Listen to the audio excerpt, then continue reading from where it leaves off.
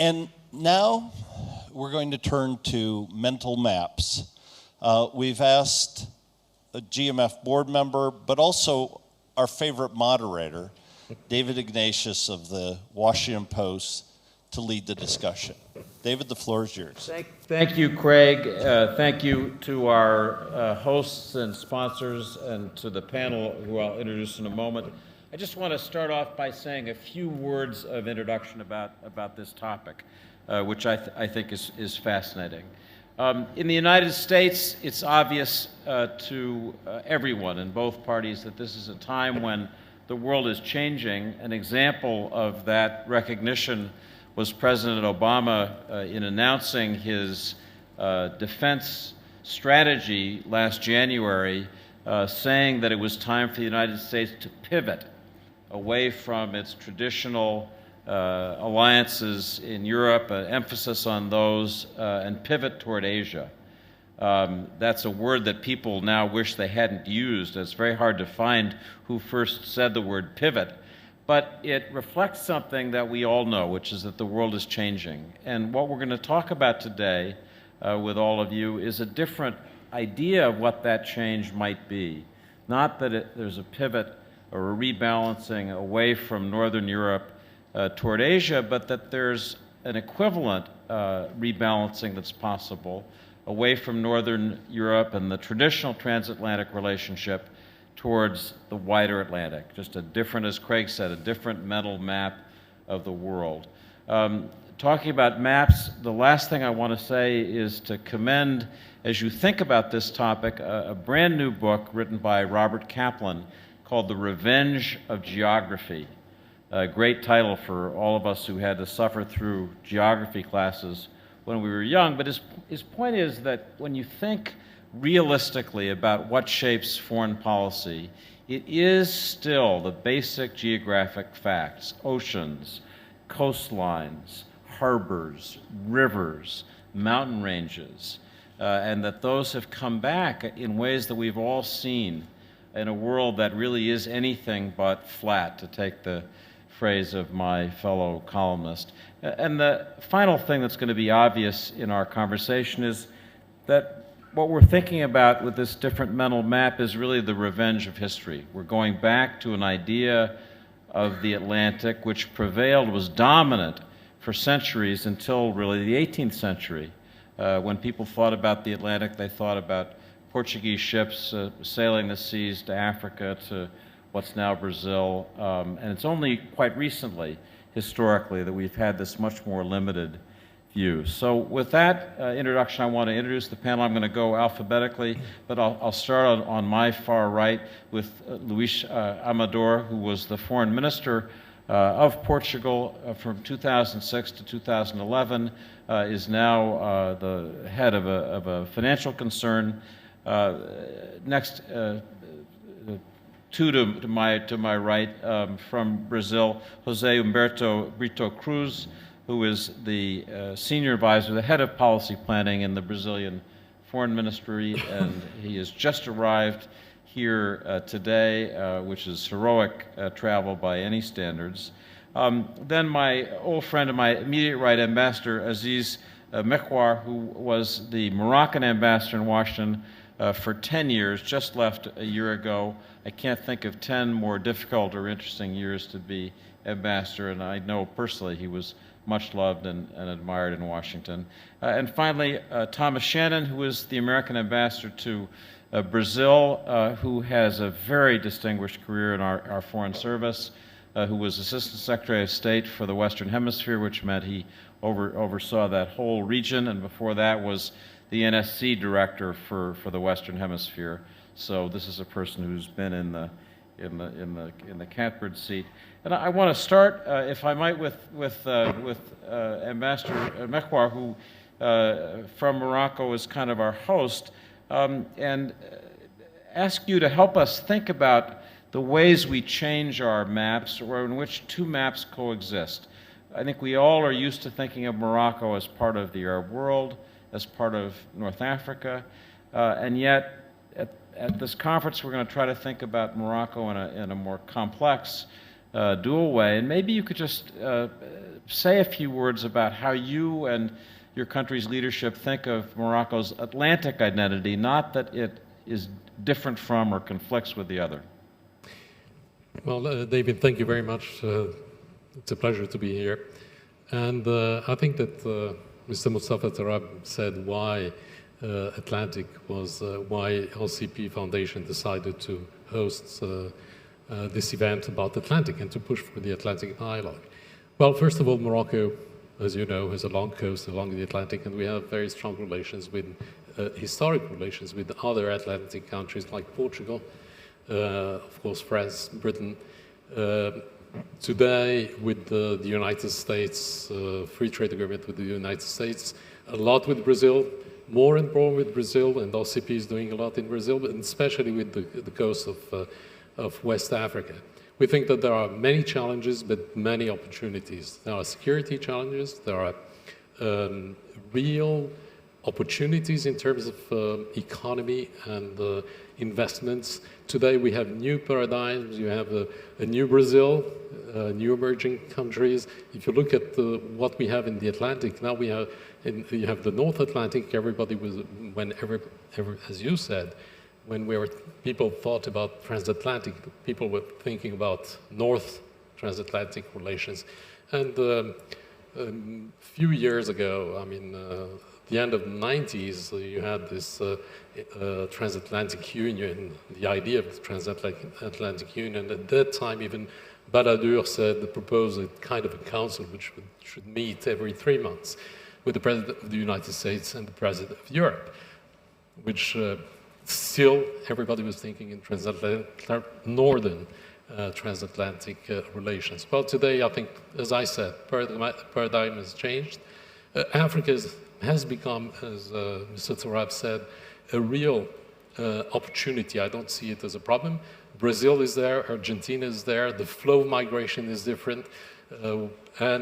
So as Moroccans, with this long coast we have, with these relations that we have with Africa, Latin America today, especially with Brazil, the United States and Europe, I think it's the right time to do something, and we have a lot of things in common and we can work on this. I could work and go on and on, but I think I would stop here. That's a good start for us. I want to turn to Mr. Brito-Cruz. Brazil is one of the great success stories in the world, with astonishing economic growth. But I think as most of us have observed Brazil and its foreign policy, its stance in the world, it's been a country that's resisted being in the sphere of hegemony of the United States, certainly, but also of Europe. It's a country proud to be part of the global South. And so I want to ask you whether you as a Brazilian diplomat trying to think about how you plan your policy are entirely comfortable with the idea of a wider Atlantic in which there's a dialogue about security, about all sorts of issues that includes Europe, the United States, Brazil, Morocco, et cetera. Is that going to be a comfortable transition for Brazil?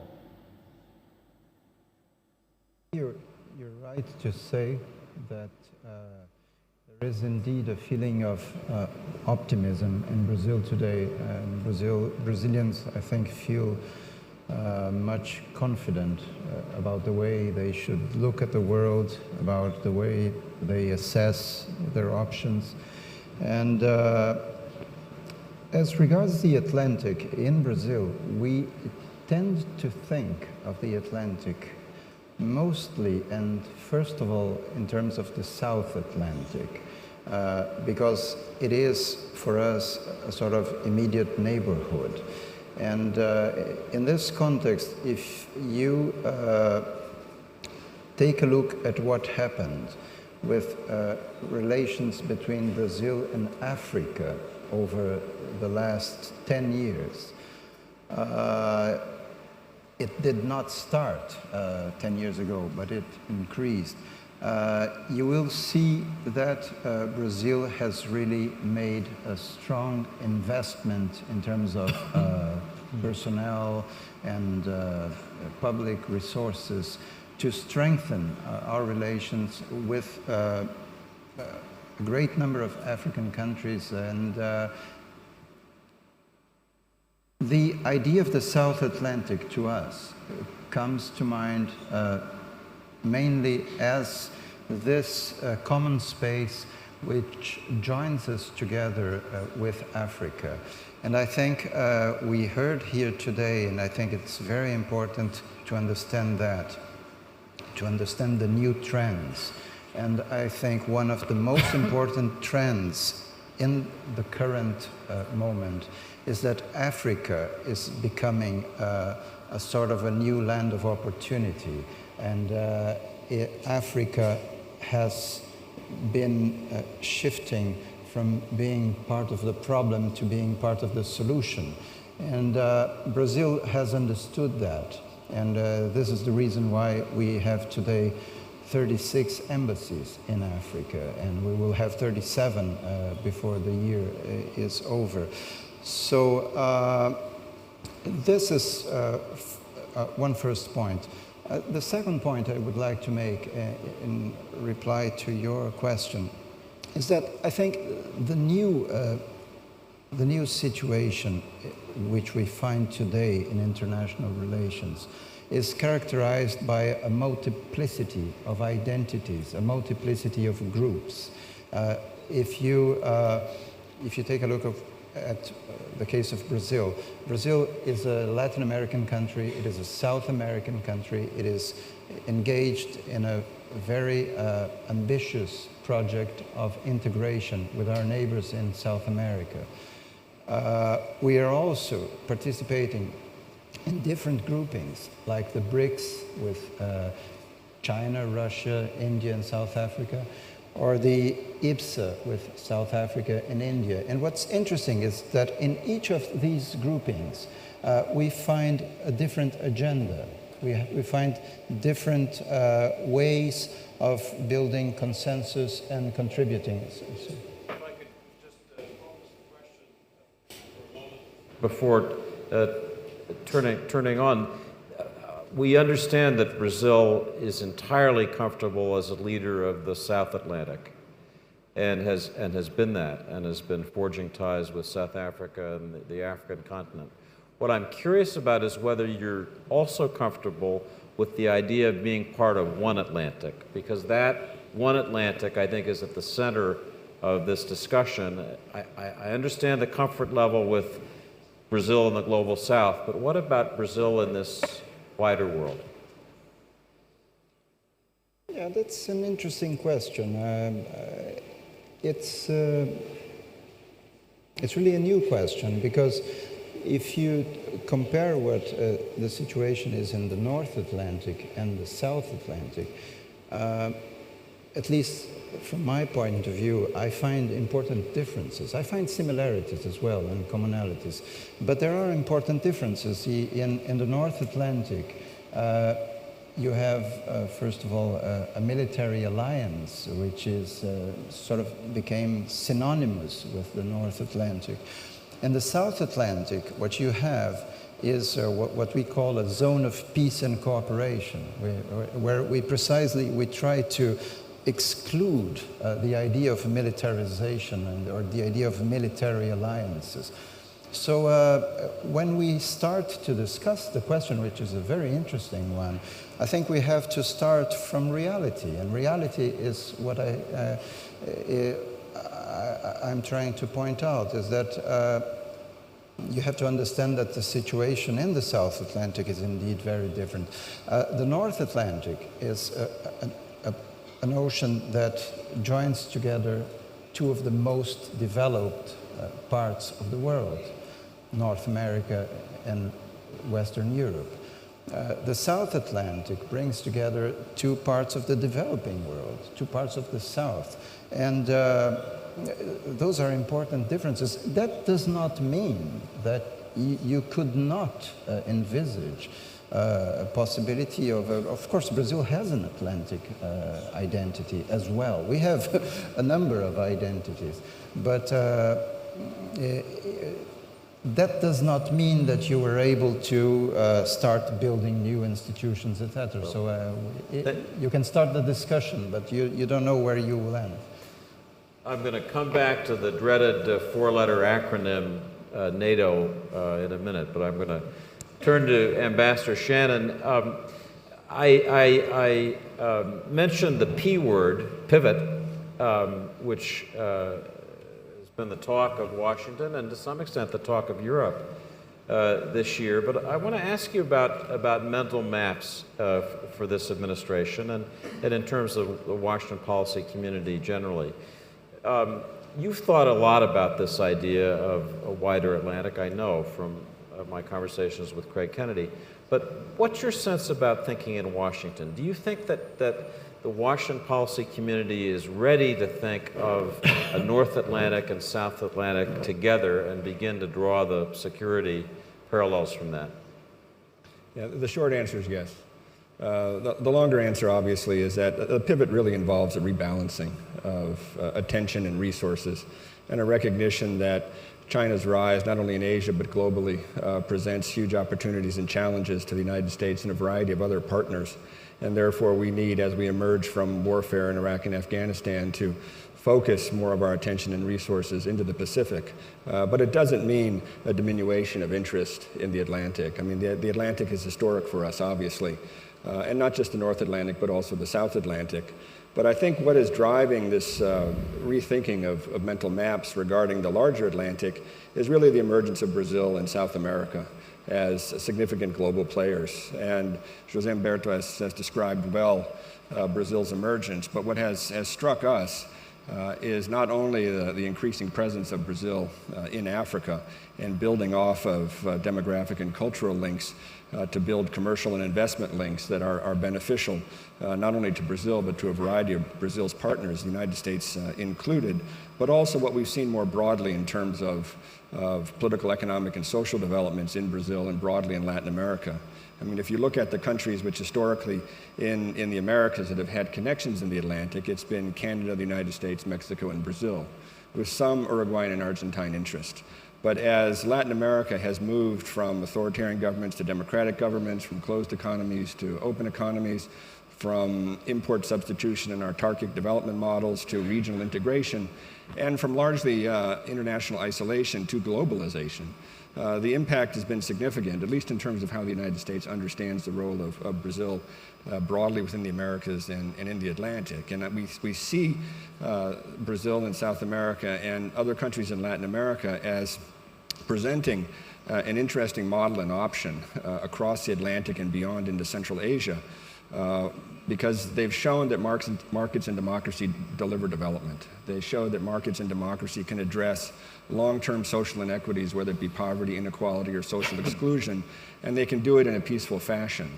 And also the kind of diplomacy that we've seen more broadly in the Americas, which Brazil has played such an important part in leading, is the diplomacy that has addressed border disputes and addressed nuclear weapons programs and the closing down of nuclear weapons programs and the monitoring of nuclear weapons programs through negotiation and peaceful fashions, which means effectively that it is a region that is attempting to assert itself globally through soft power.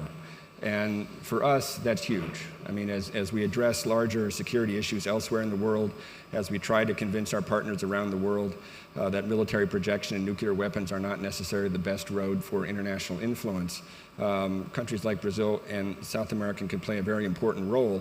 And the linkages they're building across the Southern Atlantic, I think, are going to allow us to rethink broadly our whole picture of the Atlantic, because although the North Atlantic Alliance was the product of warfare and the consequences of warfare and the competition with the Soviet Union, the Southern Atlantic and the New Atlantic is really a product of opportunity. And I think in that sense, my colleagues in Washington are very prepared to rethink the Atlantic.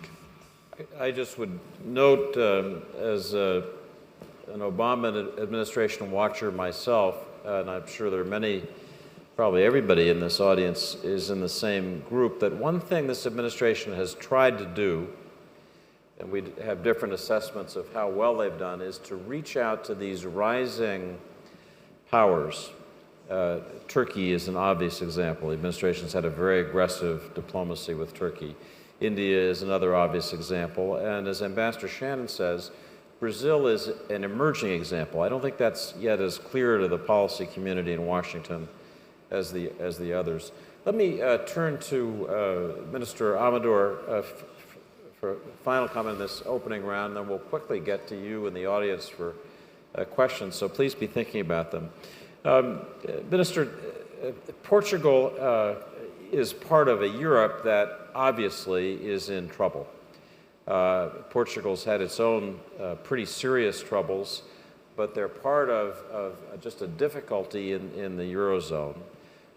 So when I think, and I think when this audience thinks about Portugal becoming part of a wider Atlantic and thinking about ties to Morocco, to Brazil, to destinations in this wider Atlantic, we think of the periphery of Europe maybe pulling away from the core EU identity, sort of like Greece is looking east.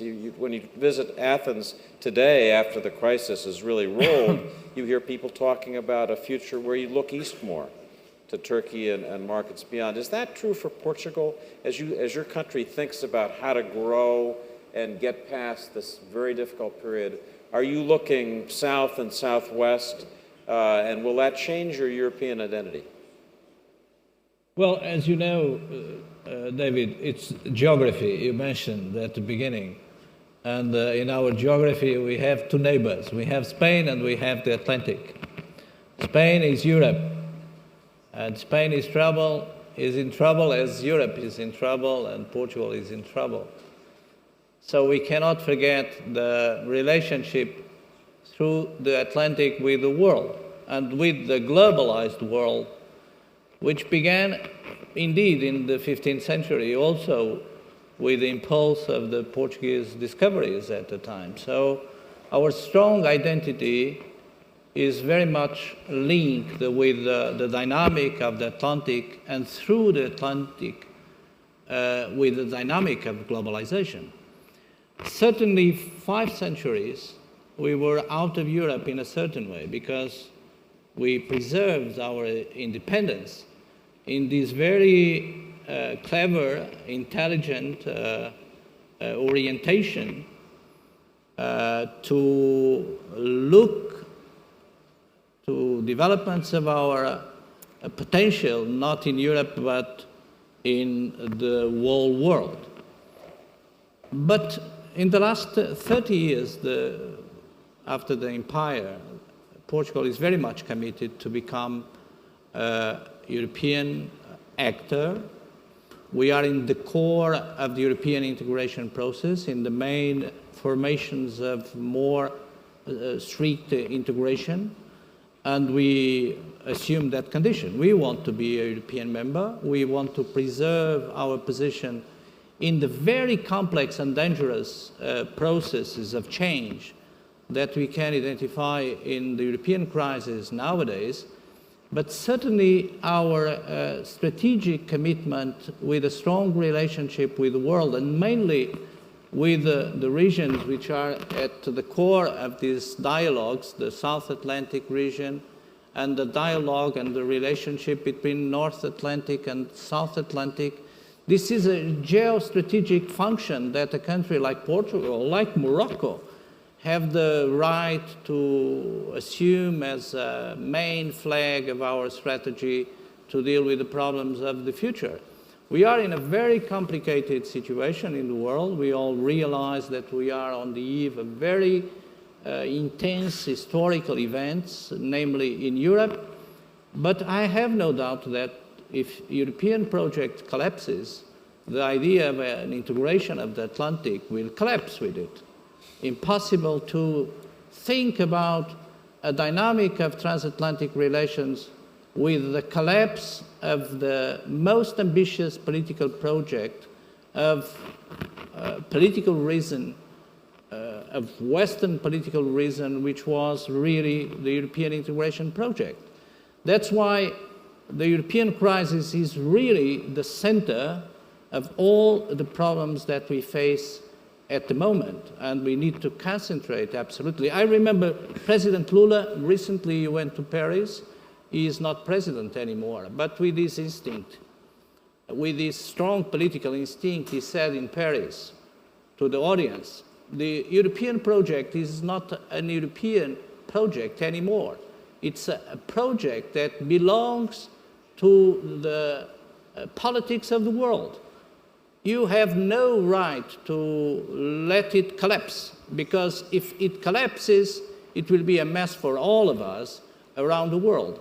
And that's why we are, I have no doubt, strongly committed to preserve our position in the European project, and at the same time contribute to the important place that the European Union has to play in the reconfiguration of geopolitics globally, and certainly the decisive role that it will play in the rebuilding of a strong Atlantic geopolitical space with the critical geopolitical mass to counterbalance the huge dynamic of drift of the power of the international system and of the global economy to the Pacific and to the Indic these days.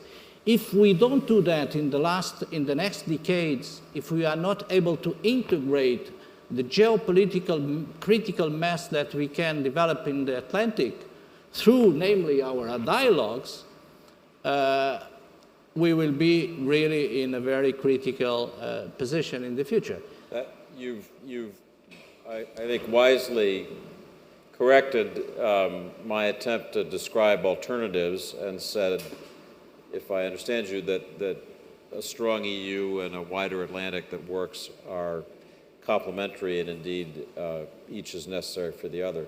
Before we go to the audience, I want to just take a minute I want to read something to you that was prepared by Ian Lesser, who is the sort of intellectual, I want to say, godfather of the ideas, at least for me, that we're talking about today. Ian wrote a really brilliant paper in 2010 about this idea of the wider Atlantic, which is on the GMF website, and I commend to everyone who wants to think more carefully about this. But Ian says in that paper at the end that for the South Atlantic, there are 3 plausible alternatives. And I'm going to ask each of you quickly just to choose one, and then we're going to go to the audience. But I want to know which you think is, each of you, the most plausible alternative. And the 3 are these. First, he speaks of comprehensive Atlanticism. One Atlantic, north and south. And he has this specific statement. He's right. Ideally, this would include active steps by NATO and the EU to enhance ties with key actors around the South Atlantic. So that's comprehensive Atlanticism. The second choice for the global, for the South Atlantic is what Ian calls alignment with the global South. And Mr. Brito-Cruz was evoking that and talking about Brazil's traditional ties with Africa, its sort of far-sighted global South perspective. So that's another alternative. No, in the end, we don't want to go to a wider Atlantic. We want to stick with our alignment with the global South.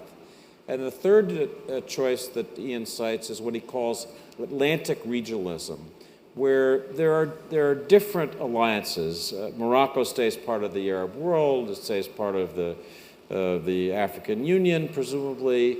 But it also is part of this wider Atlantic. It has different connections. Brazil is the traditional leader in Latin America, stays so, but has these additional and hopefully complementary roles. So I want to ask each of you, starting with Ambassador Mekouar, if you had to choose between one of those 3, which would you choose?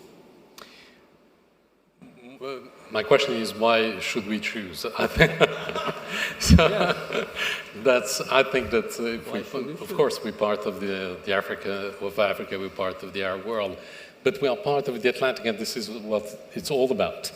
We are part of the Atlantic, and I think that there is another dimension, and we can bring into that dimension our other belongings, where we belong to. So I would choose the global of course, Atlanticism. I'll call that option D. We'll add the.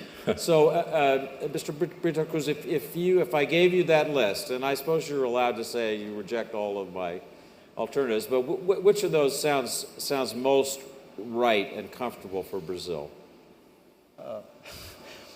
I somehow have the feeling that this is like asking a mouse which piece of cheese is more attractive. But no, I don't really understand the need for choosing alternatives. I think what we should choose is a method. A method for choosing. What method is that? Is that we should ask the right questions. I think in the world of today, you need to ask the question, what is your agenda? What are the issues you want to discuss? What are the problems you want to solve? Once you know that, you will see, well, what partners do I need to further this question? If I have a question, for example, how do we develop tropical agriculture in Africa? This is a big problem, it's a big challenge. Do we need Atlanticism for that? I don't know. Maybe we do, maybe we do not. But the thing is, I would answer, to be short, with a very pragmatic and concrete way. I mean, let's focus on the issues, on the problems, and see what we need to give concrete and constructive answers to the problems that we have before us. So, Ambassador Shannon, when you think of the wider Atlantic, are you thinking of a wider Atlantic that in some way extends or supplements the security arrangements that have made NATO, as we say, the most durable, important military alliance in the world? Do you see a comprehensive Atlanticism that would have some component that could be compared? Given the three choices you've provided us, I would say in the short term it's going to be some kind of Atlantic regionalism. But that can't be an ambition for us. That has to be a short-term reality. I think our ambition has to be a more comprehensive approach to the Atlantic, but I don't think it's going to be built from the north-south. I don't think it's going to be built out of NATO into the southern Atlantic or out of an EU-US relationship into the southern Atlantic. I think it's going to have to be more holistic or integral in its development, and it's going to have to be built around perceived common interests. I mean, the important thing about the Atlantic is that it is a safe and secure connector between North America and Europe, between South America and Africa. And given that the majority of food production is in the Americas today, between Canada, North America, and South America, especially Brazil, and given the fact that with enormous oil and gas finds in the South Atlantic off Brazil, off the African coast, and with huge refineries being built on Brazil's Atlantic coast, it's also going to become a major producer and transporters of oil and gas. And so those are just two obvious points of interest that could link the different components of an Atlantic regionalism into something more comprehensive. But I think in some ways our thinking has to be about what does a comprehensive Atlanticism look like in the 21st century? And I think it's quite different from what it looked like in the 20th century.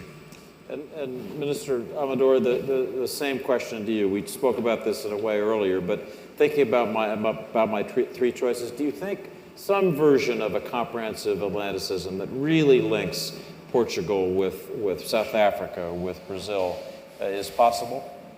Well, definitely we are very much strategically interested in the development of this dialogue, but only at the dialogue. So the problem is not the goal, in my view. The problem is the methodology.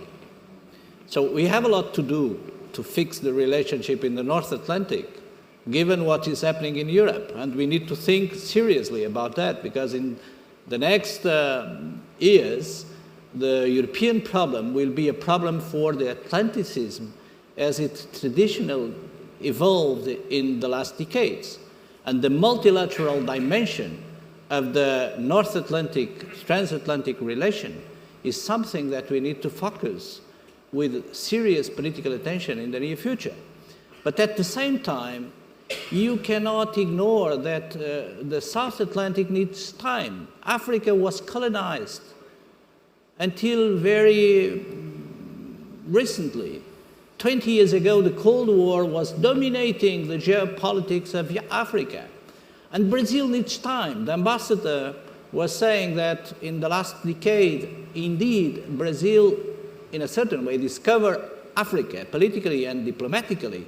A huge effort Brazil is doing now in the deepening of relationship between Brazil, Latin America, and Africa. So the dynamic of relationship in the South Atlantic has to assume this methodology of a very tough South dynamic. And at the same time, that's why I accepted immediately the invitation to come to these dialogues.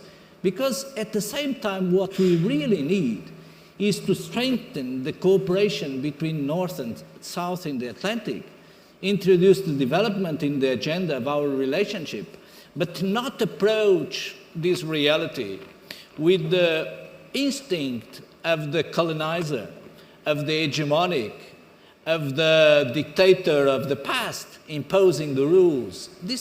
We are not living in that time anymore, and the West has to understand that this time is gone. But the methodology is essential. Give Brazil space. Brazil is organizing its geopolitical space for the first time. For the first time, the dynamic of integration of the South America has a security and defense dimension for the first time. And that also at the same time, Brazil is pushing a strong relationship South-South between Latin America and Africa. And don't forget that this dynamic of relationship is really the barrier of a strong influence of China, even in West Africa. It's not the American relation, it's not the European relation anymore. It's really the legitimacy of a strong and deep South-South relation that will, in the end, redefine the balance of power in the Atlantic. And in a certain way, it will serve the interests of rebalancing the geography of the new world, which is emerging with a strong center in the Pacific Indic region. That's well said, a good transition. Let me turn to the audience. I see my old friend Ode Aberdeen, and I'll recognize you, and then the gentleman next to you. There is a microphone, and for those who may not know each of our questioners, please introduce yourselves, keep your questions brief, and if you can direct it to a particular panelist, please do. Ode Aberdeen, the Capital Trust Group, and MEDs. We have a crisis. My question is to the panelists, and David, you could also respond to it. Okay.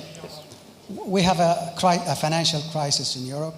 We also have an economic crisis. If you look at this crisis, the central player seems to be Germany.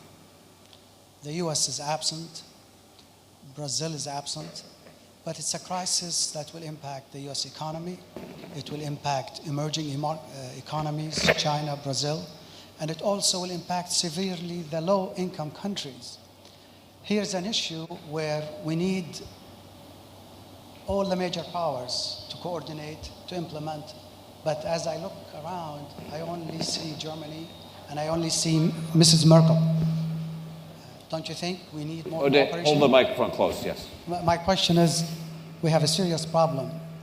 It's going to require more than Germany to solve it, because it's going to impact the US, the emerging markets, the low-income countries.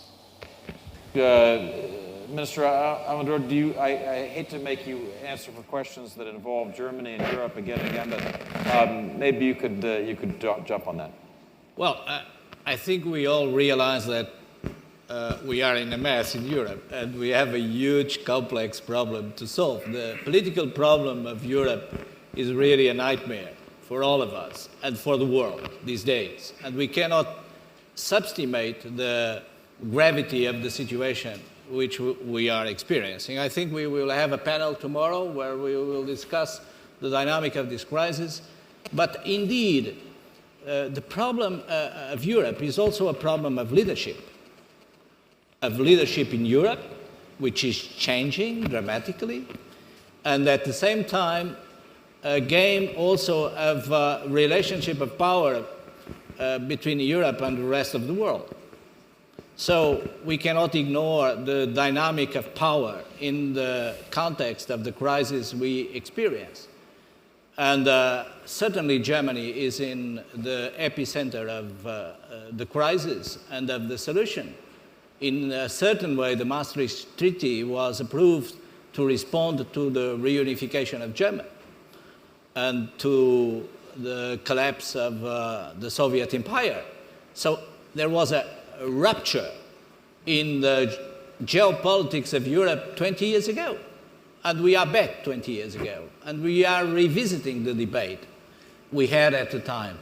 At the time, Chancellor Kohl was saying to Mitterrand all the time that Mr. Mitterrand, with a monetary union without a political union, is a castle on the sand. And the problem is there, indeed. So the Germans, what do they say now?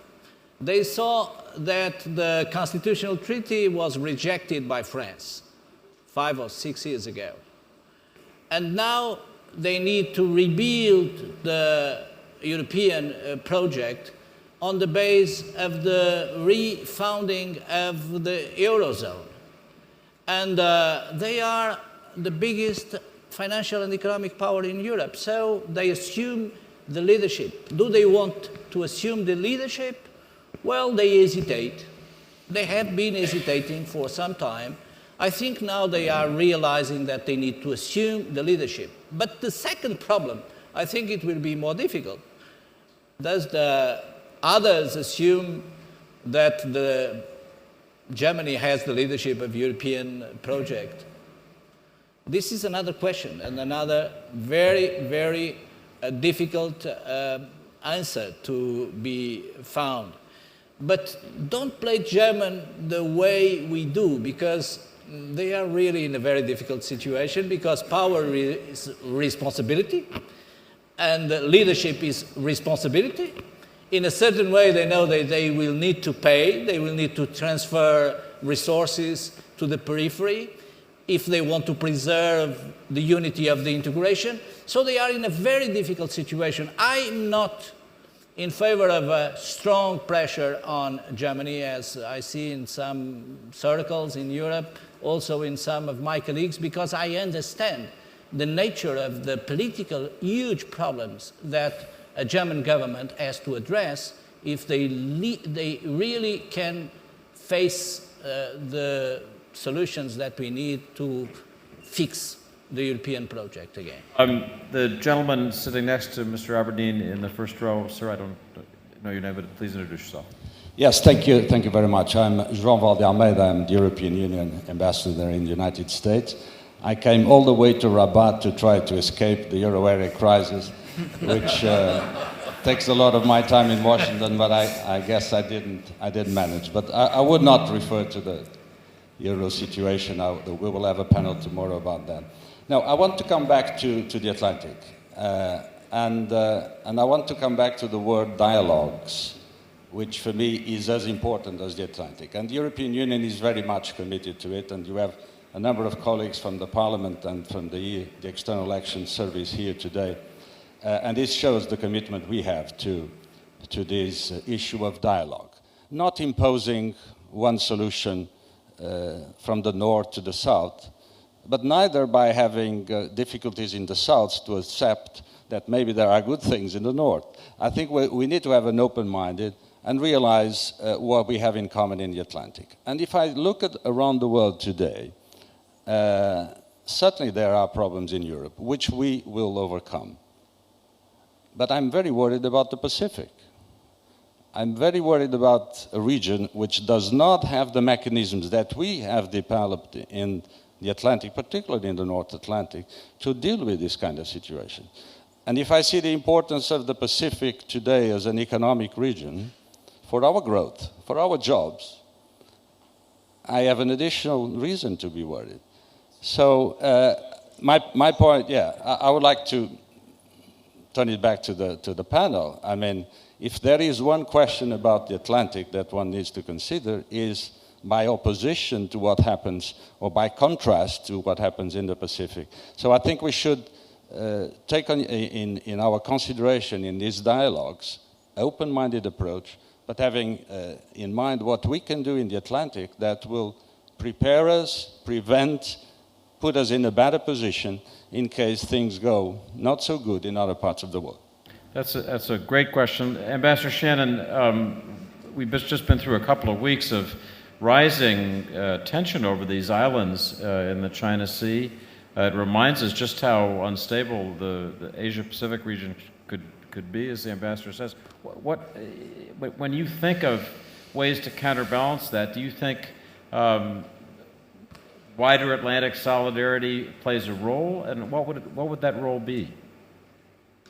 Well, wider Atlantic solidarity could play a role in terms of trying to understand in some common fashion the challenges we face in the Pacific. I mean, especially looked at where I sit now in Brazil and in South America. As South America globalizes, it's not only globalizing across the Atlantic, it's globalizing across the Pacific. And that's especially true for the countries along the Pacific coast as they build free trade agreements into the region, and as they, among themselves, build their Pacific Alliance and also participate in a larger Trans-Pacific Partnership agenda. But for us, I mean, from the point of view of the United States, historically, Pacific has been well organized since World War II. I mean, not in a NATO fashion, but we've had a series of security compacts and agreements throughout the Pacific that have served to create a degree of stability. The challenge, of course, is the emergence of China at this point and how it connects. And in this regard, it kind of returns us to one of the issues you raised earlier, which is how the United States and other countries deal with the phenomenon of emerging powers. And I think that 100 years from now, when historians look back and judge our diplomacy, much of what we consider to be important is not going to be viewed as important. But what will be determined to be important is the extent to which existing powers have been able to create space in a larger international system for emerging powers and avoid war in the process. Because I just think that, and this really isn't answering your question. I'm not sure there's a good answer to your question. But I do think that whether it's the European countries, whether it's the United States, whether it's other countries that have played a role in shaping the 20th century and anticipating the 21st century, we need to find a way to build space and to accommodate the needs and interests of these emerging powers. Let me ask Mr. Brito-Cruz, your country, in a sense, is on the front lines against China in terms of economic competition in Africa. You're active in Africa, you encounter the Chinese there, you're active in Latin America, where the Chinese are increasingly making investments. What does Brazil know about China that you might share with this audience? First of all, one thing we know is that we're not on the front line against anyone. Only economically. I didn't mean that to sound militaristic. But no, I think what's interesting is that if you see the vibrancy of economic development in Africa over the past several years, you see that China has a very positive role in many aspects in China because of Africa. And Brazil is also increasingly present in Africa, but we really do not see that as a competition. I mean, maybe one particular Brazilian corporation may find itself in a situation where it is competing with Chinese counterparts. But the Brazilian government does not see the game because it is not a zero-sum game. On the contrary, we believe that all countries like Brazil and China and or Portugal or the United States, for that matter, have the possibility of helping and working with African countries to deal with very concrete problems. And so I really don't think the idea of competition should be relevant here. Xenia Dormady, and then I'm going to call on the person over there. Actually, there was somebody who had a hand up here, and then you sir. Xenia.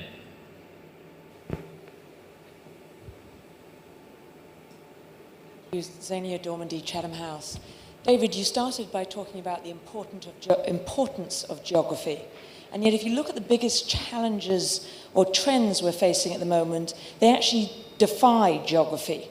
The challenges, the threats, cyber, space, food security, pandemics, the profusion of communication, the ease of transportation. So I would actually like to ask the panel, what is it that makes the Atlantic a region of importance that will withstand these other trends that are actually breaking down the geographical barriers, that are breaking down this definition of geography that we're using today? What is it that keeps you together, that makes it so important that you do come together? Maybe Ambassador Mekouar could start coming from a part of the world where electronic connections have been so powerfully demonstrated. What about it? Maybe is geography not the issue? I think we have here geography and history. First of all, my friend, the ambassador of the EU to the United States, was talking about the Pacific and the Atlantic. I think in the Atlantic what we have, first of all, is, the number of languages that we have in the Atlantic and the connections, the historic connections that we have in the Atlantic do not exist in the Pacific. Maybe how many languages do we have in the Atlantic? Maybe 5? The whole Atlantic? How many languages do you have in the Pacific? It's not the same. So this is a commonality that we have. We have also very few religions, which is quite different from the Pacific. So we have a lot of commonalities that can bring us together, and this is geography. This is due to geography and history. Now, the problem is, I think that what we will be facing in the future is the historic perception and what is in the unconscious memory that we all have. The transatlantic trade, triangular trade, slaves against goods, and the Monroe manifest destiny policy of the United States, so the intervention and of the United States in Latin America, colonialism, and the hegemony of the North towards the South. So we have to deal with all this, all what we have, all this that we have in our unconscious memory. Now, today, the paradigms have changed. Everything has changed. And I think more than a challenge, it is an opportunity. Before you had the North and the South. Today, well, it's much more balanced. And because it's more balanced, we have much more opportunities. So I don't know if I answered the question, but I think that the challenge is today, because the paradigms have changed, gives us the opportunity to work better together. But let me take an example of the sort of transnational, borderless issue that Zeni was mentioning, and that's drug trafficking. That's something where Latin America and the United States have been deeply implicated, and yet you could argue, certainly as you look at Mexico today, that all the efforts that have gone into dealing with that to date have not been successful, indeed have seemed to lead to ever worsening problems. If I could ask Mr. Brito-Cruz and then Ambassador Shannon, just briefly thinking about that as an example of a real problem, that's not encouraging for me when I then think about a wider Atlantic. We don't seem to do well on the problems we've tried to solve, let alone the ones down the road. Yeah, maybe if you take the example of drug trafficking, maybe you will have a pessimistic view. But I'll give two other examples in trying to answer the question of what kind of constructive examples can you find in the Atlantic area that respond to those very serious problems.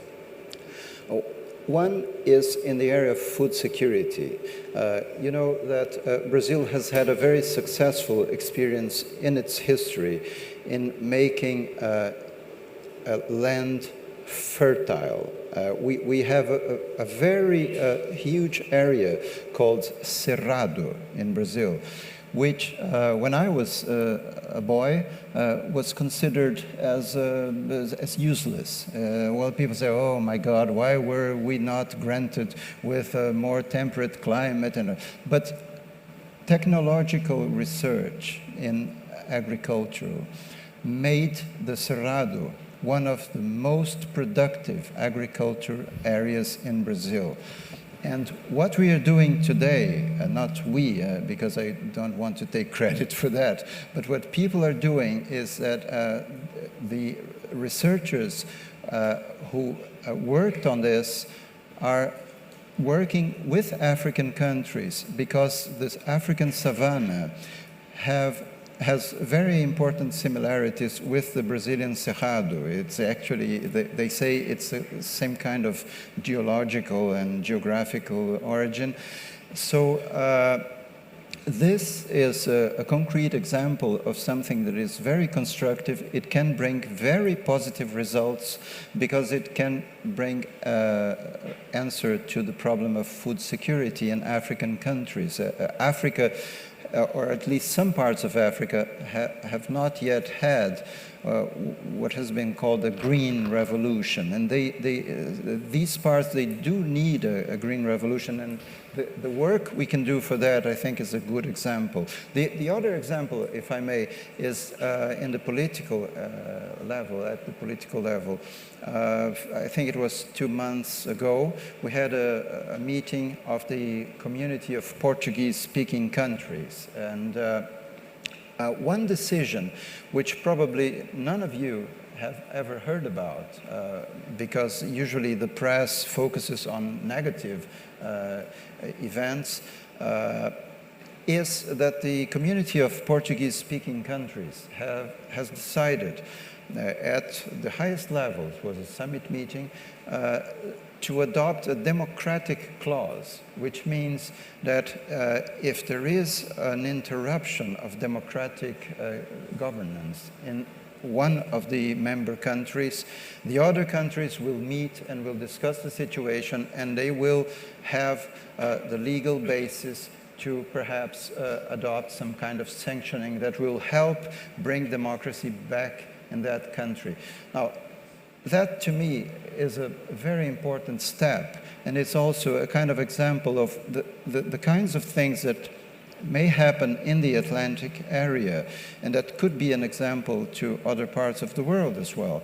But we hear a lot about the islands in the South China Sea, because that's a big problem. We don't hear about a democratic clause adopted in the Atlantic area.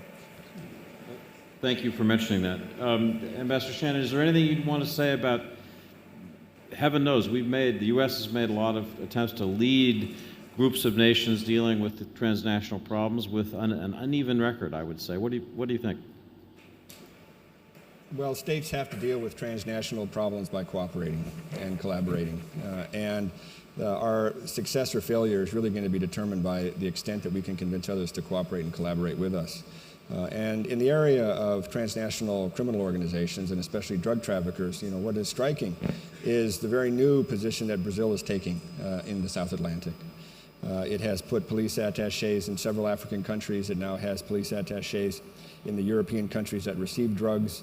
It is working very closely with the U.S. Drug Enforcement Agency and U.S. Southern Command on training and interdiction efforts in the Atlantic. It is building an intelligence fusion center in order to have a better understanding of movement, just not out of Brazil, but more broadly in the mid-Atlantic. And for the very first time, as our combatant commander of AFRICOM, who is here with us, knows well, the Brazilian Navy has participated with the U.S. Navy along the African coast in anti-piracy operations and in technical exchanges. And this is a huge step forward for Brazil. It's a huge step forward in our cooperative relationship, but I think it indicates the potential that exists for deeper cooperation that I think obviously will not solve this problem, but will help mitigate it.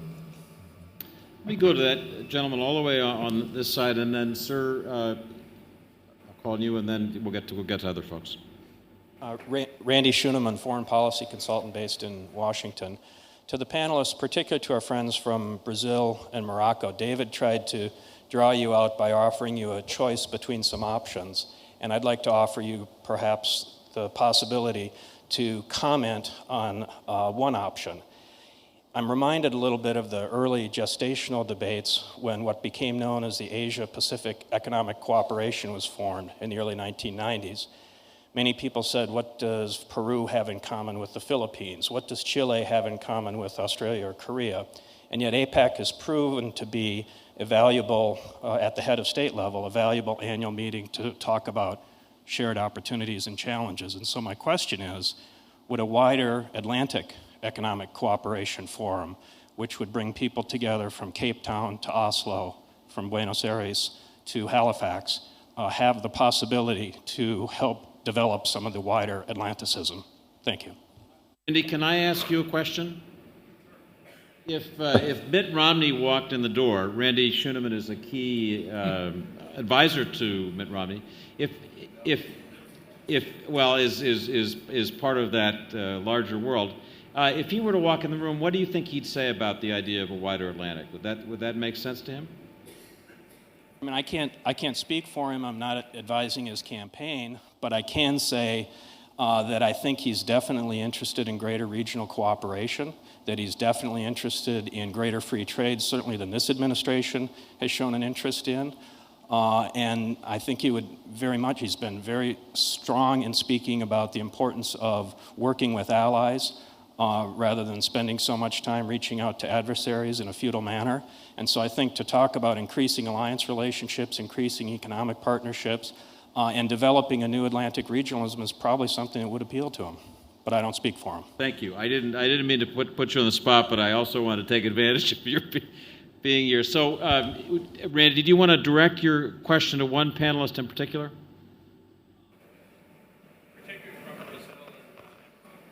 So, gentlemen, Ambassador Mekouar, do you? The question was if would it be a good idea to have a meeting of entrepreneurs? Yes. From Oslo. That's the question. Yes. I understand well. Well, you have some initiatives that have happened in the past. For instance, you had this meeting, I think it was in 2010, between the Latin American, European and Latin American entrepreneurs. I think it was in Madrid. So you have some initiatives like that. Now we have to broaden it, and this is all what we're talking about, to have a comprehensive, let's say, exercise to try to bring together people from all the parts of the Atlantic. And I think I agree. I think it could be a good idea. You, Mr. Brito-Cruz, do you have any thoughts on this? Yes, perhaps one short comment, which is what countries do internationally usually reflects also what countries are domestically. And Brazil has, for a long time, seen itself as an European country. It was brought and created in the Americas. And one of the most interesting trends recently is that the acceptance in Brazil of our strong African roots. And in the last census, national census in Brazil, for the first time in our history, a majority of Brazilians chose to declare themselves as Afro-descendants, a majority. So Brazil is now officially a country that has a majority of people who consider themselves as descendant from Africa. This speaks a lot about what we have in common with our neighbors from the other side of the South Atlantic. And I think it gives a very strong basis on which to work and on which to develop cooperative schemes and very ambitious initiatives for bringing together the two sides of the South Atlantic. You, sir. Yes. Thank you. Thank you to our panelists for their very thought-provoking statements. Okay. Yeah, William Awinado Kanyiriga, Deputy Permanent Rep of Ghana to the UN.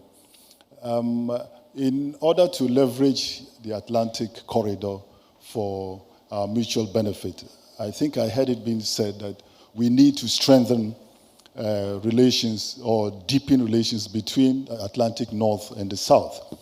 And the question I wanted to ask is this: is it more a question of resetting or realigning the relations between the North and the South, or deepening them? Because if you take the case of Africa as part of the Atlantic South, relations between Africa and Europe and Africa and America have been quite deep, for good and for bad, in the past and in the present. So shouldn't we be looking at resetting to reflect the current global realities? The CEO of OGF showed us a powerful slide, the Africa, the dark continent, energy-wise. But we've heard about Africa, the dark continent, which mirrored the knowledge of Africa in the past, which is no longer the case. In a more enlightened world where we now know each other better, shouldn't we be talking more about resetting, realigning the relations for better quality? Do you want to say one more word about what that reset, because we all say Exactly, reset, yeah. but what would that reset be about? It would then be about changing the orientations in terms of relations with each other, more than deepening, because we have had deep relations in the past and we continue to have deep relations. Minister Amador, do you want to speak to that? Well, I understand quite well the question, because indeed in our bilateral agenda, and mainly in our agenda of relationship between the European Union and Africa in the last decades, that is the focal point. But we need to understand that Africa has the ownership of its own development process in the last 20 decades. After the end of the Cold War, the ownership of Africans on their own capacities to develop and to manage their own societies and their own countries is a vital point of assumption of this new reality in Africa. I myself am quite free to say that when I was a member of the European Union Council, I defended the change of paradigm of relationship between European Union and Africa on the basis of that principle. As you remember, the relationship for decades were dictated by the principles of the colonial approach. The Yaoundé Convention, the Lomé Convention, even the Cotonou Convention, which really I did sign on behalf of the European Union in 2010, that was the paradigm at the time. What we have now is completely different. We developed the paradigm of relationship between European Union and African Union. That's the umbrella of a new relationship with equal institutions deciding in particular and direct cooperation what will be the agenda. And don't forget that we in Portugal, we did something that was very difficult for all of us to be accepted by some of our European colleagues. But President Mugabe went to Lisbon to the summit, and you know why? Because the Africans didn't accept to go to Lisbon, to Europe, if the President Mugabe would not be there. We didn't have that prejudge. We didn't understand the principle of reset you mentioned, and I believe it's really the single principle that will dictate in the future the nature of our relationship if we really want to develop a new paradigm of relationship with Africa, distant from the former one that is in the background of your question. Thank you. I'm going to call on two questions at once, collect two, and then turn to the panel. And there are two gentlemen sitting here in the fourth row next to each other. And why don't we ask each of you to ask your questions, and we'll go back to the panel. Thank you, Chair. My name is Yaki Silia. I'm from a Pan-African Research Institute. I'm South African, but we have offices in a number of regions. And I'm glad that the discussion has turned a little bit to what I think is a very different way of understanding transatlantic relationships. The understanding in the North Atlantic, and I think the ambassador of Brazil was very accurate, and in the South Atlantic are two different worlds.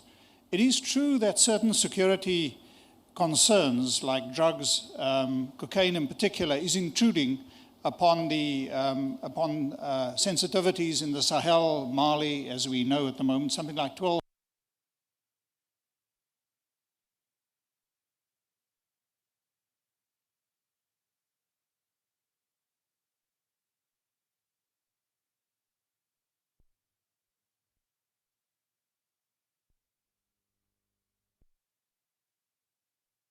That these issues will become militarized, like the war on drugs, like the war on terror. The challenge in the South Atlantic and the way in which Africa certainly sees that relationship, it is a developmental relationship, which is why the zone of peace and the discussions around that are so prominent.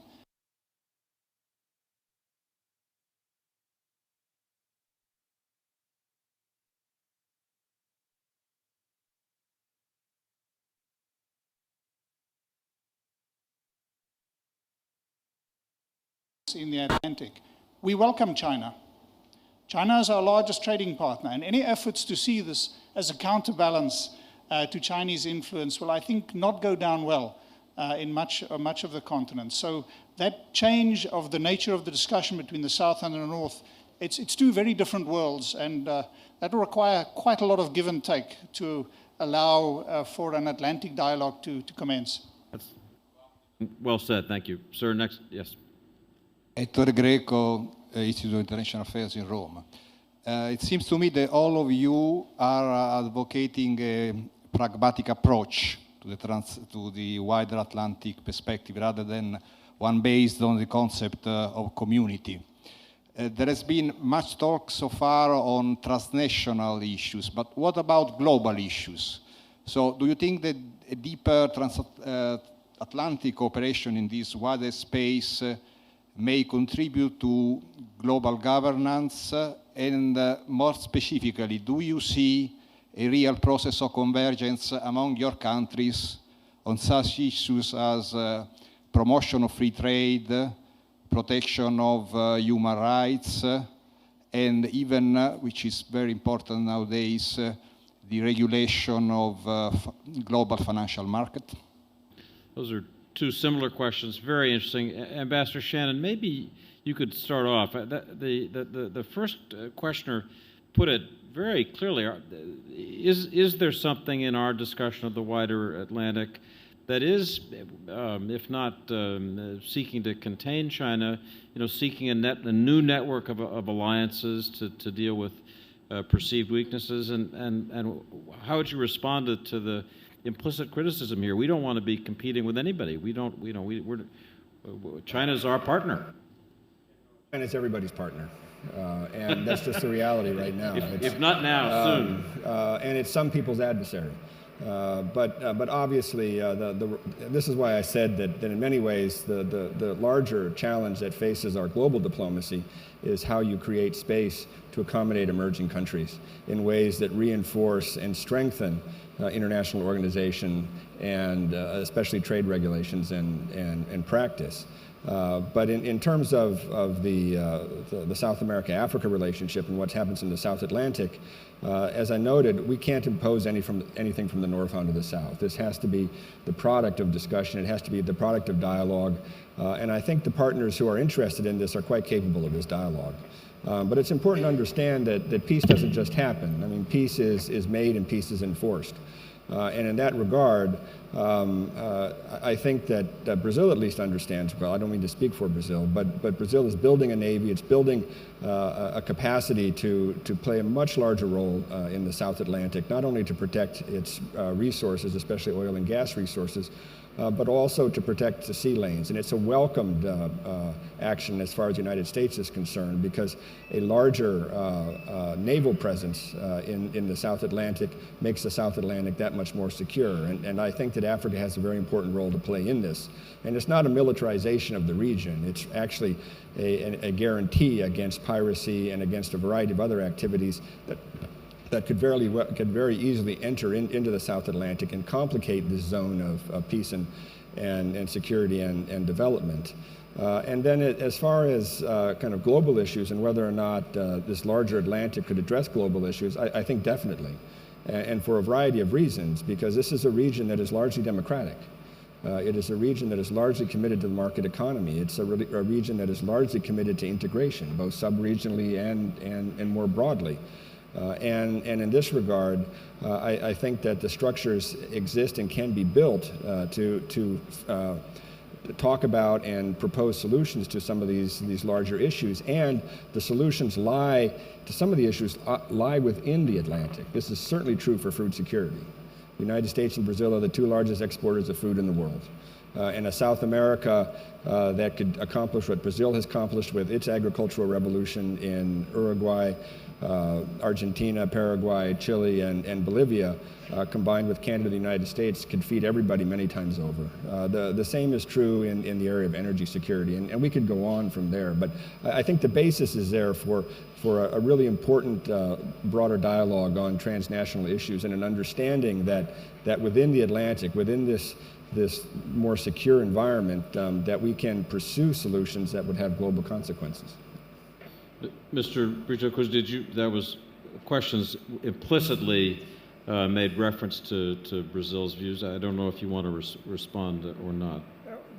Very quickly, with one element that has not been mentioned, and that perhaps instead of speaking of an Atlantic community, which gives the impression of very ambitious, we should try to understand that there are simpler things that can be done and that are being done.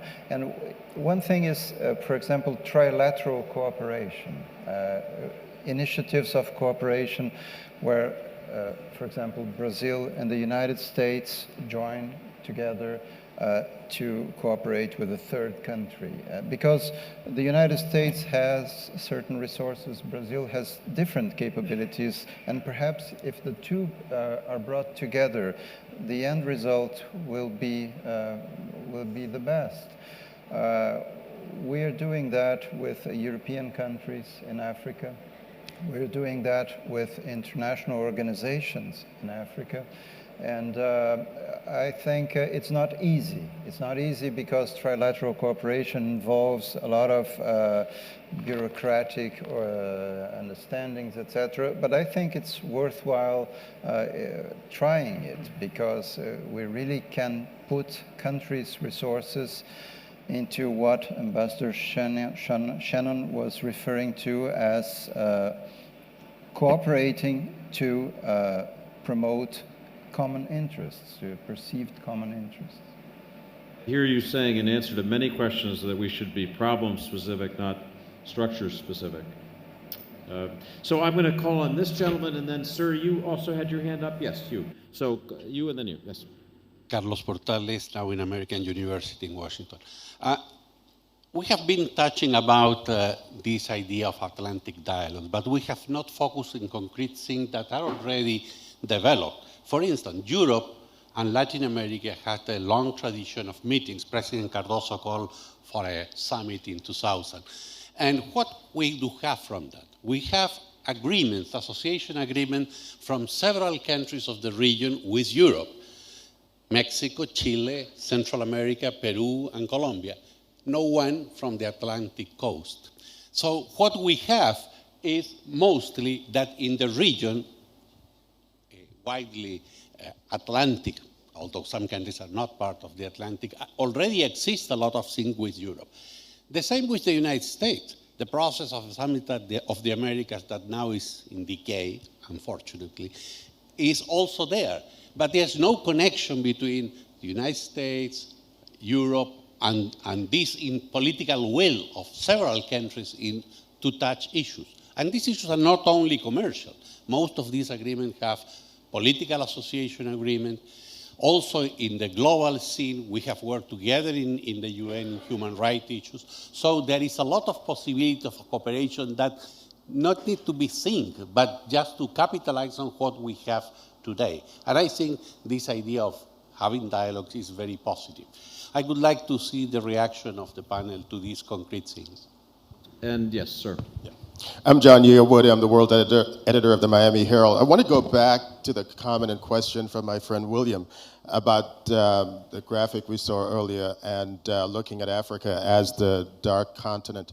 I'm not quite sure I've heard a tremendous amount of optimism that any deepening Atlantic dialogue will lead to a lightening of the continent, will bring more energy and more light to Africa anywhere in the medium to even long term.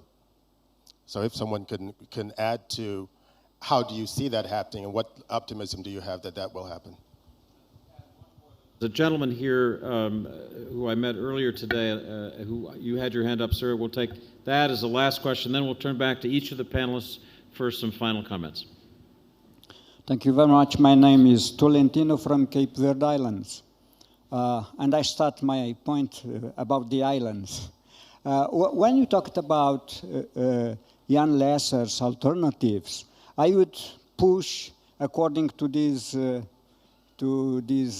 dialogues, in the direction of a global Atlantic. But in there I found three problems. The first is the kind of dialogue between the North and the South. If we are talking about a global Atlantic, we would look at the kind of dialogue we have between South and North first. The second is, I don't know if there are many other initiatives like this one, but how would we involve youth in this discussion?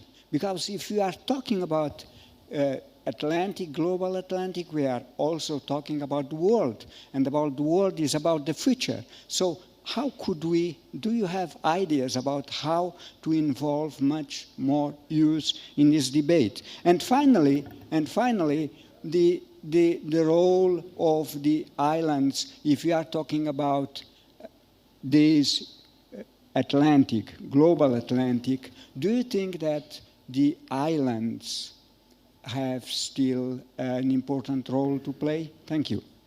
And I'm going to add one more person here who yes, please. Good evening. My name is Caroline Alexis Thomas from Trinidad and Tobago, that's in the Caribbean. And I've heard nothing about the Caribbean islands in relation to the Atlantic dialogues, because I hope there's no assumption that whatever happens in Africa spills over to the Caribbean. It's a separate space. So we have four, I think the global Caribbean is what we really should be talking about. We have four questions for you. One about opportunities that are not being seized. A question from my journalistic colleague John Yearwood about what more can be said about Africa, which we got started talking about seriously. The question from the gentleman from the Cape Verde Islands about what's the future for the islands and how to communicate these good, big ideas to young people. And then finally, the question from the woman from Trinidad and Tobago about the Caribbean. That's a significant part of the wider Atlantic that we haven't talked about at all. So, Ambassador, why don't you lead us off, and we'll go down the row and then finish up. I would like to say first that about Trinidad and Tobago and the Caribbean, when you have summits with the European Union or Africa, it's always Latin American Caribbeans and European Union and Africa. So the Caribbeans are always included, and included in the Latin America more than in Africa. So this is to answer your question. The other about opportunities, I think this is what it's all about. It's meeting, getting together to find solutions for problems. And maybe this, because we are on this basin of the Atlantic, we could get together and see what are the problems, and maybe we could address the problems one by one. My colleague here, Ambassador Brito, is saying that we should be realistic and address issues one by one. Well, but maybe if we get together, maybe we could identify issues that we could solve together. Ambassador Brito-Cruz, the last word. Thank you. Well, first to address the Caribbean, she is right. We should have focused also on the Caribbean. In the case of Brazil, we have been developing very strong ties of cooperation with many Caribbean countries. And there's one important piece of news, which is that because now Venezuela will be a part of Mercosur, our very priority and important scheme of integration. And because Venezuela has a very important Caribbean projection, I think relations between Mercosur and the Caribbean will also be able to enter a new stage because of the presence of Venezuela in Mercosur. And regarding what the gentleman from Cape Verde was commenting, and I think he touched an important point, which is what issues should we be discussing between the South and the North? And a lot has been said here about the differences between the South Atlantic and the North Atlantic, and it is an interesting question to see what should the North Atlantic and be discussing with the South Atlantic. And just to give one particular example, which is, to my mind, a very relevant one, it's not an easy one, but when the countries of the South Atlantic decided to call the region a zone of peace and cooperation, they have called for all countries in the world to respect the South Atlantic as an area free of nuclear weapons. This is very important to us because in our case in Brazil, South America is already part of a nuclear weapon-free zone. It is important to us to keep the South Atlantic as an area that has no kind of weapons of mass destruction, and in particular nuclear weapons. So this is perhaps the kind of things we should be discussing. What kind of guarantees can be given by the countries from the North, be it European countries or the United States, in terms of assurances that they can give to countries in the South Atlantic that it will really be kept as an area free of nuclear weapons. That, I think, would be a huge step, and it would not only be a huge step for the South Atlantic, it would be a huge step for the world as a whole, because it would be a good example. Thank you. Master Shannon. I was very happy to get a question from Carlos Portales, who presented himself as a professor, but the reality is he's one of Chile's great diplomats and someone who played such an important role, not only in Chile's rise and success and its integration more broadly into South America, but also its leap across the Pacific and also its relationship with the United States. And the point he makes is an important one because the Pacific countries of South America have leapfrogged Mercosur in terms of their trading relationship with the European Union and have accomplished things that the Mercosur countries have not been able to accomplish up to this point, which is one of the reasons why we include all of South America in our larger Pacific strategy, and we would include all of South America in our larger Atlantic strategy. So in some ways, South America becomes a pivot point of interest to us in both areas. But the kind of rich set of agreements that already exists across the Atlantic actually provides us the basis for this kind of conversation. Because without that history and without the ingenuity and creativity of people like Ambassador Portales, we would really be starting from scratch. But we don't have to start from scratch. We've got a basis that we can build off of. In regard to the very important question from the gentleman from Cape Verde about larger voices, I think one of the truisms of the 21st century is going to be that increasingly our diplomacy is not going to be between states, it's going to be between societies and peoples. And states and governments will facilitate that engagement, but ultimately it's societies that are going to determine what happens and how it happens. And I think in that sense we're going to see an increasing presence for civil society and the different components of our society in a larger debate. And for this larger Atlantic dialogue to be successful, it has to include our civil society. It has to extend far beyond government, which is why most of the people here don't represent governments. They represent other aspects, very important aspects of our society.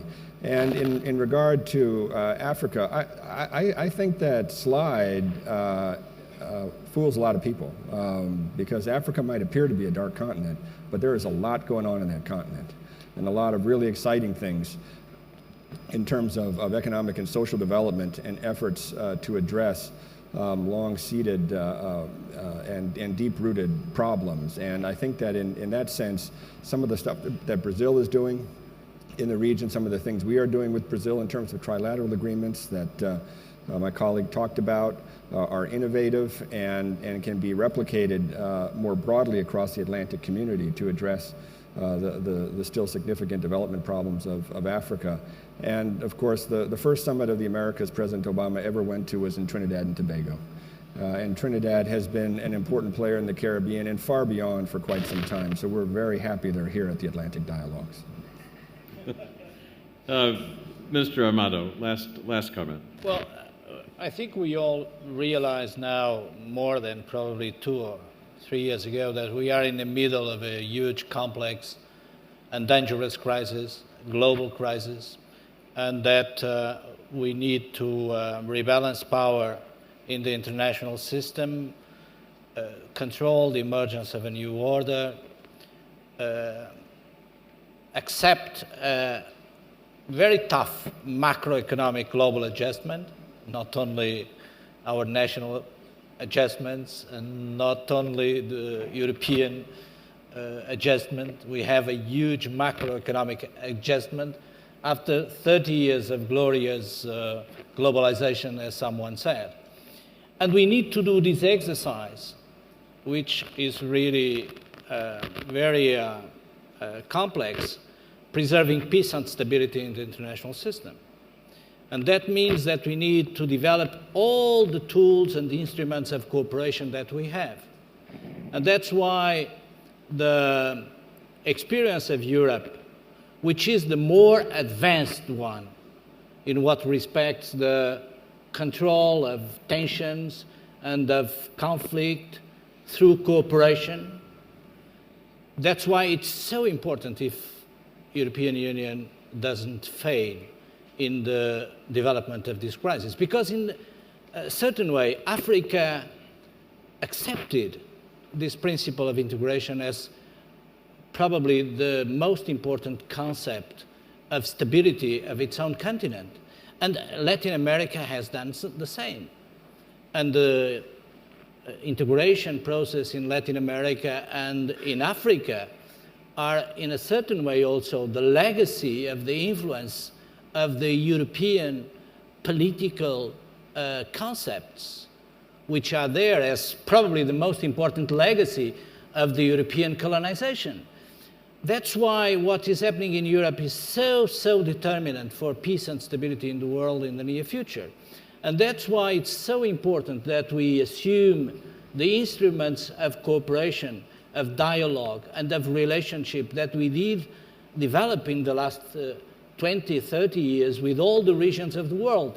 You mentioned some of them. They are there. They are important instruments that we need to reinforce.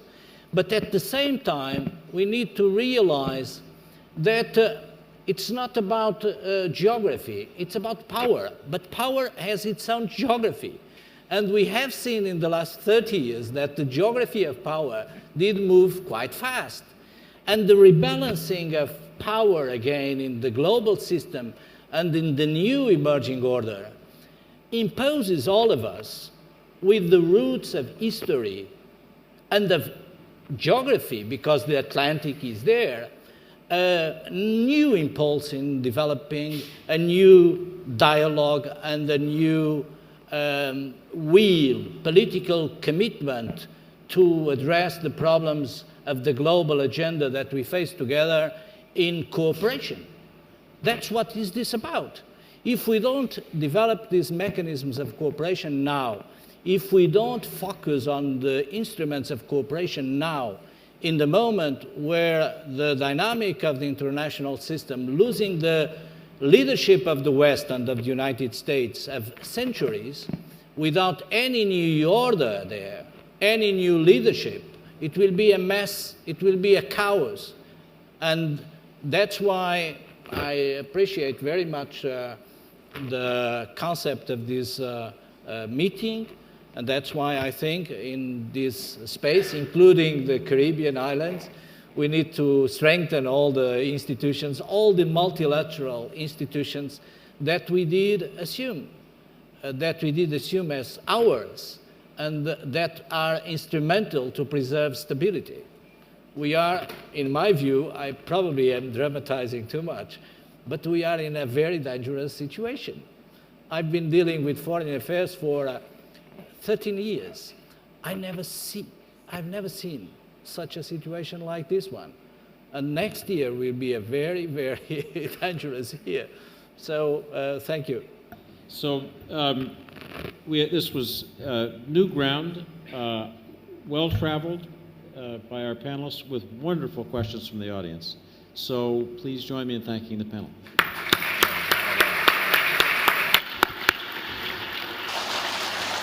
And join me in thanking our moderator. It's now time to go for dinner. If you head out the door, we're going to show you how to get down to our tents where we're eating tonight. And then later on, there's 3 night owls. Now, for those of you that are new to GMF conferences, these are really good. Okay, so they start at 10 o'clock at night. It sounds late, but they're really good. It's a much maybe more relaxed, free-flowing, off-the-record discussion. So head out the door. We'll show you how to get to dinner, and then we'll see you later on tonight. Thank you.